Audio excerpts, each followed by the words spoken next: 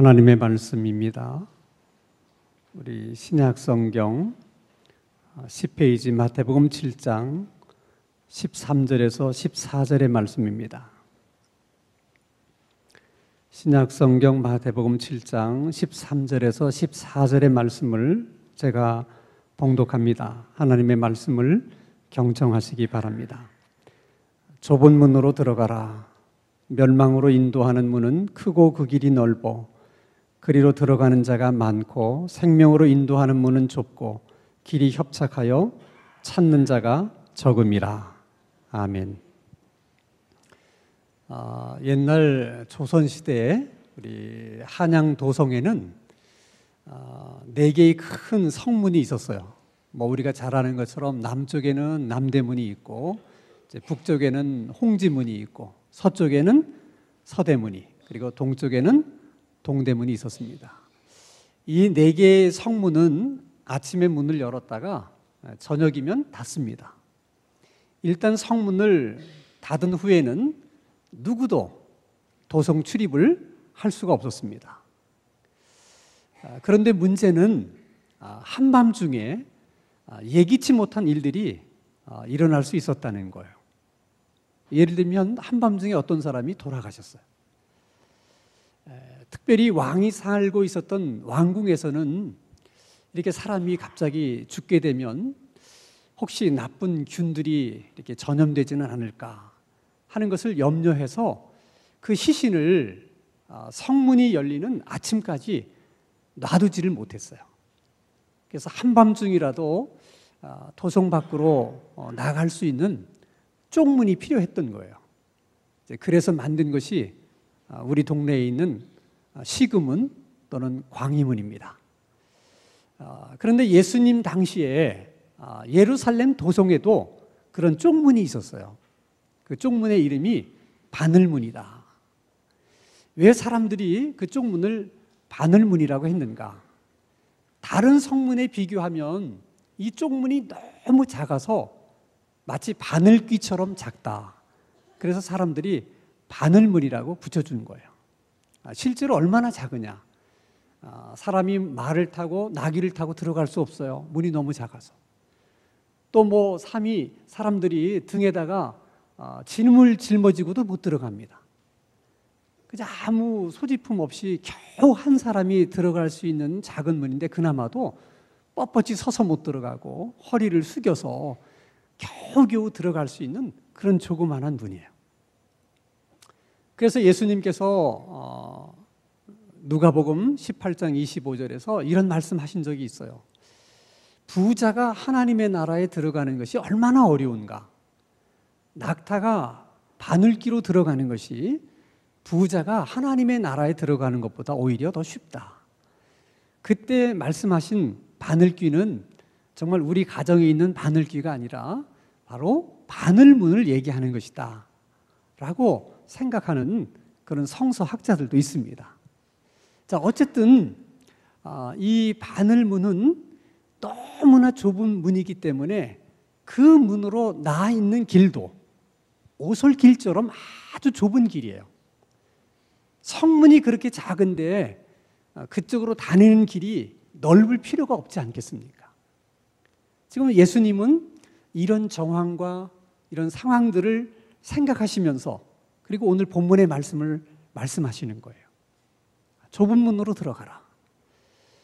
멸망으로 인도하는 문은 크고 그 길이 넓어서 그 길로 들어가는, 그 문으로 들어가는 사람들이 많지만 생명으로 인도하는 문은 좁고 길이 협착하여 찾는 사람이 없다.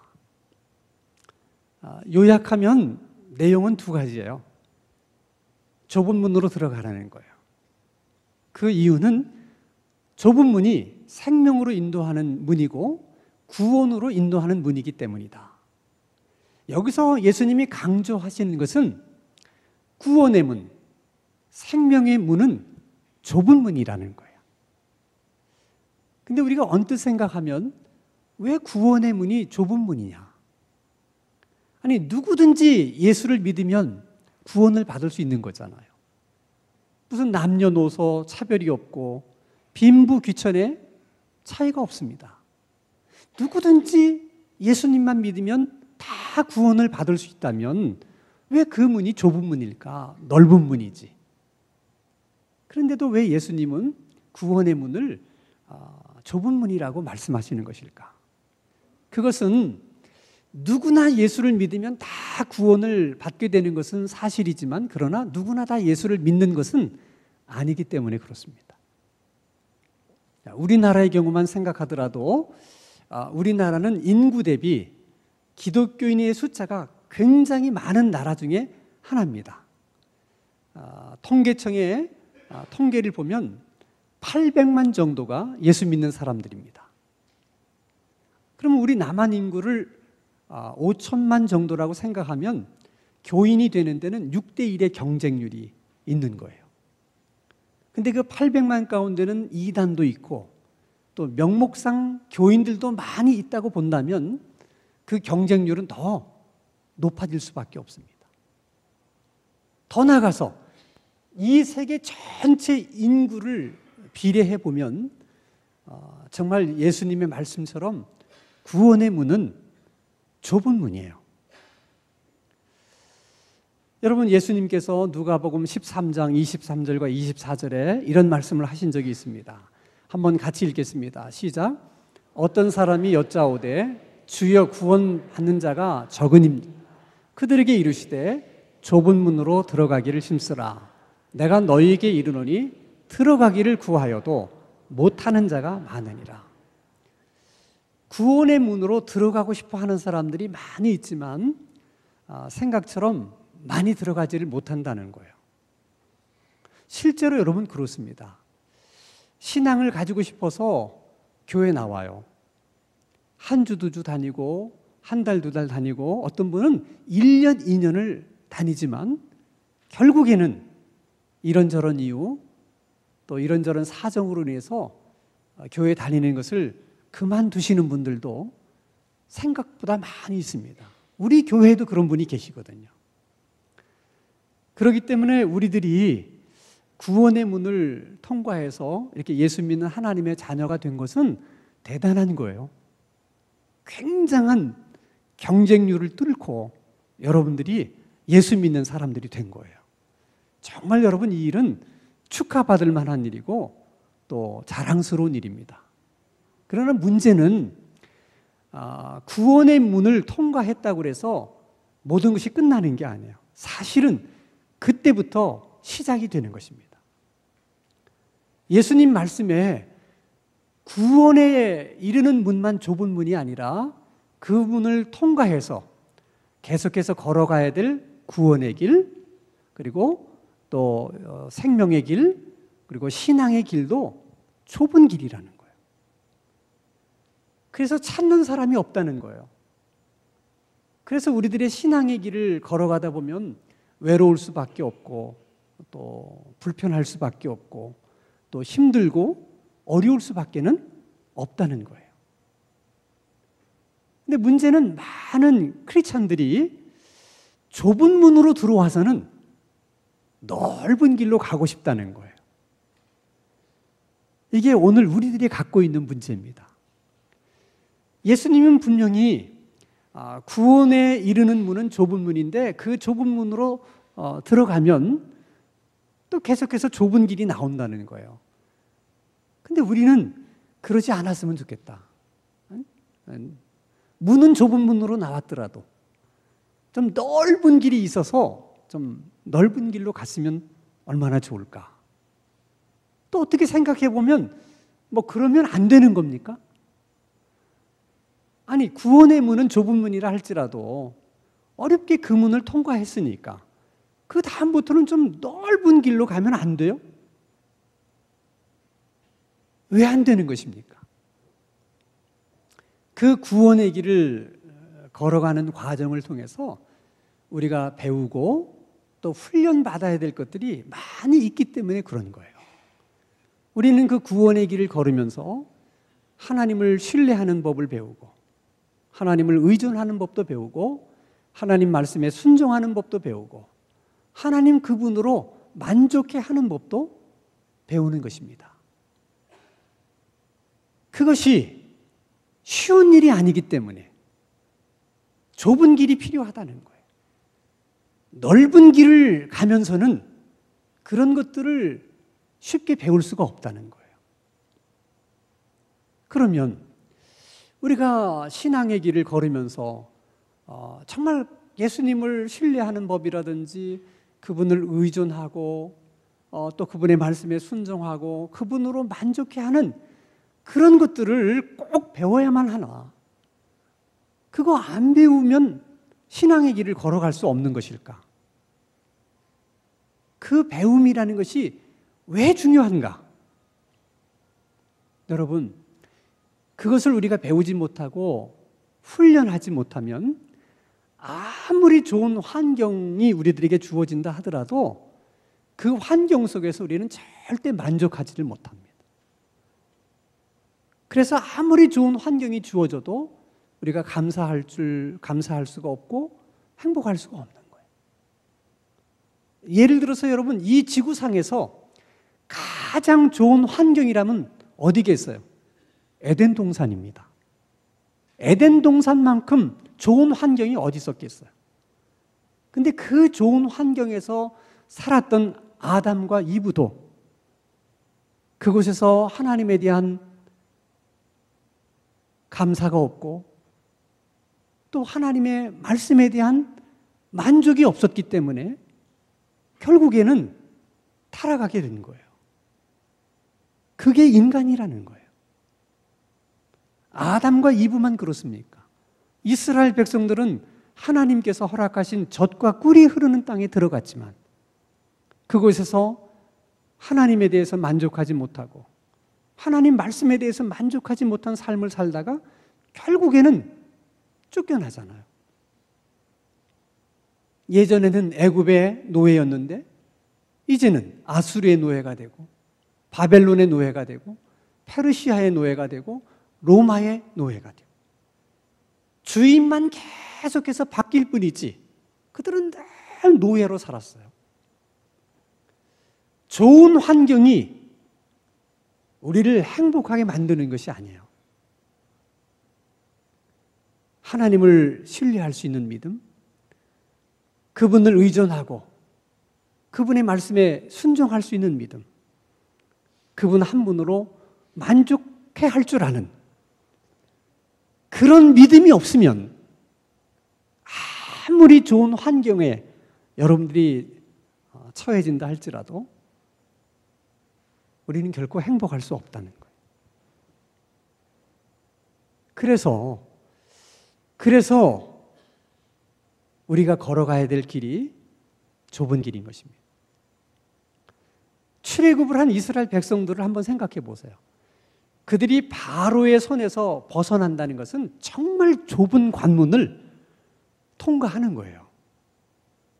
정말 어렵게 애굽을 탈출한 거 아니겠습니까?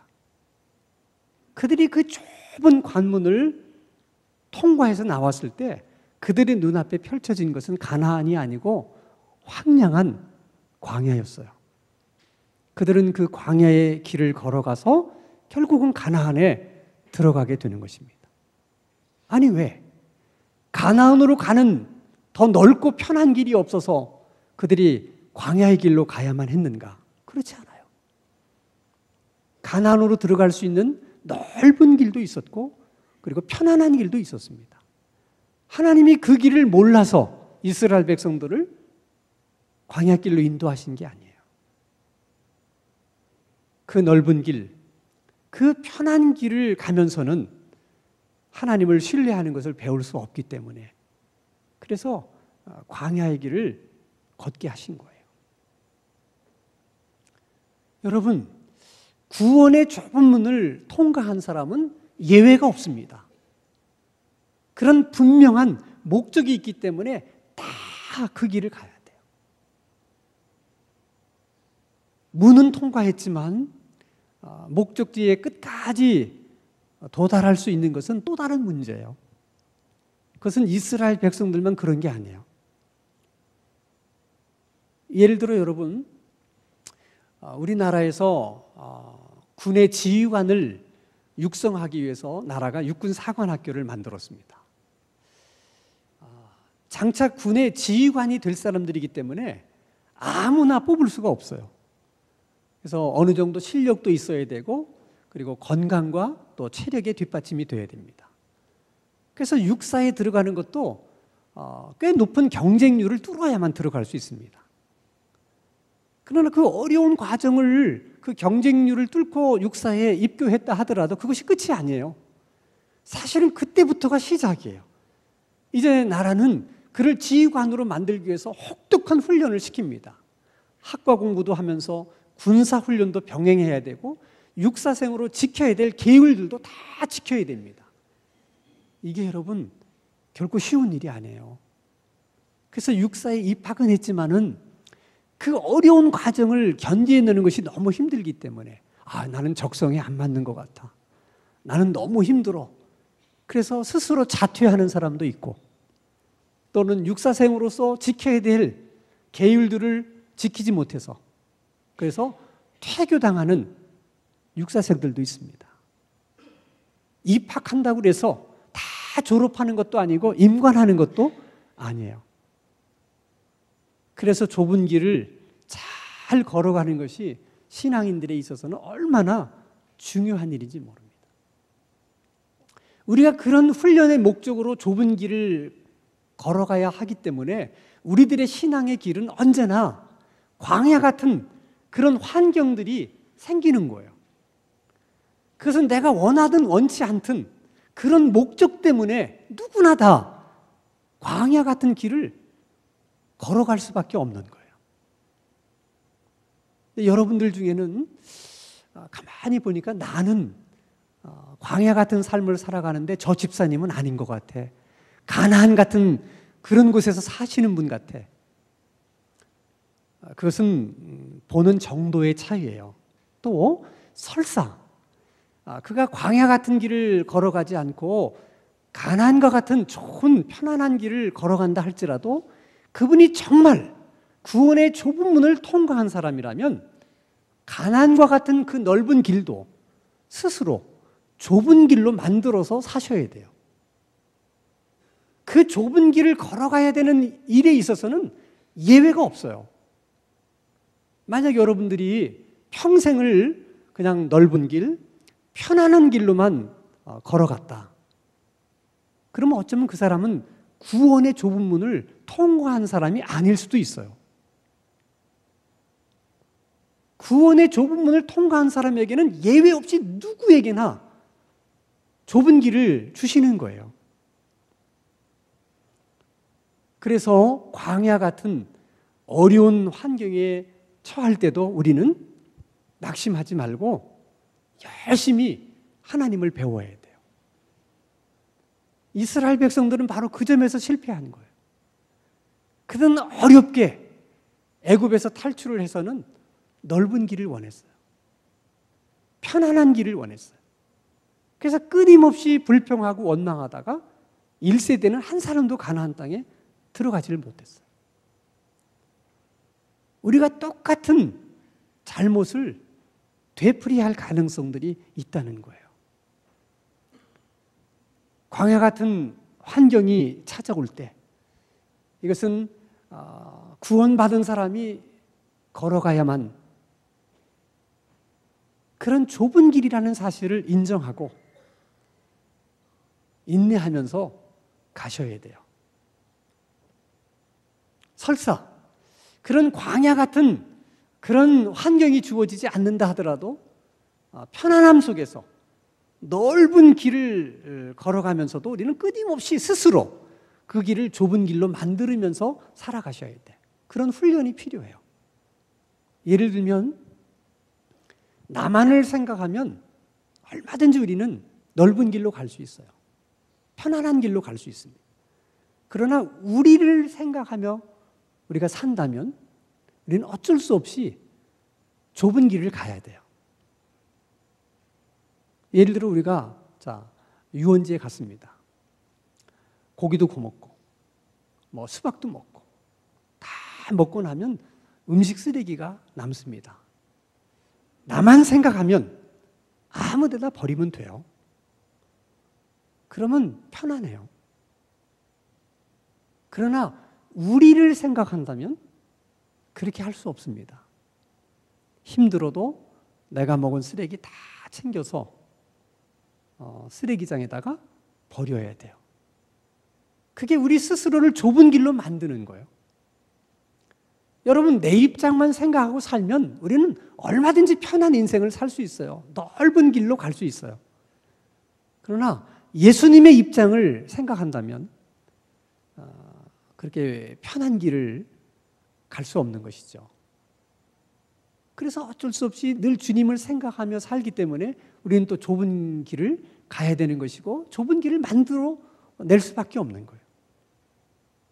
여러분, 오늘만 생각하고 산다면 우리는 편하게 살 수 있고 넓은 길을 갈 수 있어요. 그러나 오늘만 생각하는 것이 아니라 내일도 생각하고 우리가 가야 될 천국도 함께 생각하며 산다면 우리는 어쩔 수 없이 좁은 길을 걸어갈 수밖에 없는 것입니다.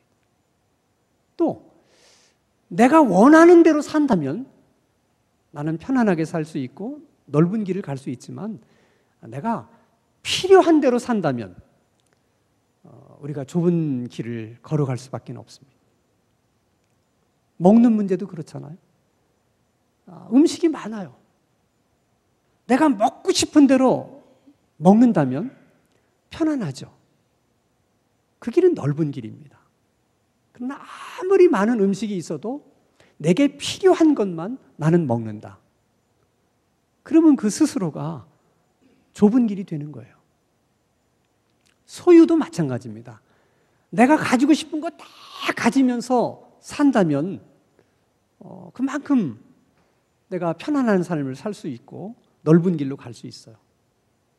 그러나 내가 많은 것을 가질 수는 있지만은 내가 원하는 대로 갖는 것이 아니라 내가 필요한 것만을 갖겠다.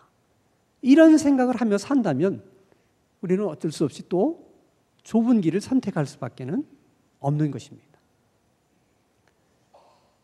여러분, 예수님이 말씀하신 것처럼 구원의 길, 생명의 길, 우리들의 신앙의 길은 좁은 길이에요. 외롭고 불편하고 어렵고 힘든 길입니다. 그러나 우리가 가지 못할 길은 아닙니다. 아무리 외로워도 갈 수 있는 길이고 아무리 불편해도 갈 수 있는 길이고 아무리 힘들고 어려워도 갈 수 있는 길입니다. 왜냐하면 하나님이 우리에게 갈 수 있는 힘을 주셨기 때문에 그래요.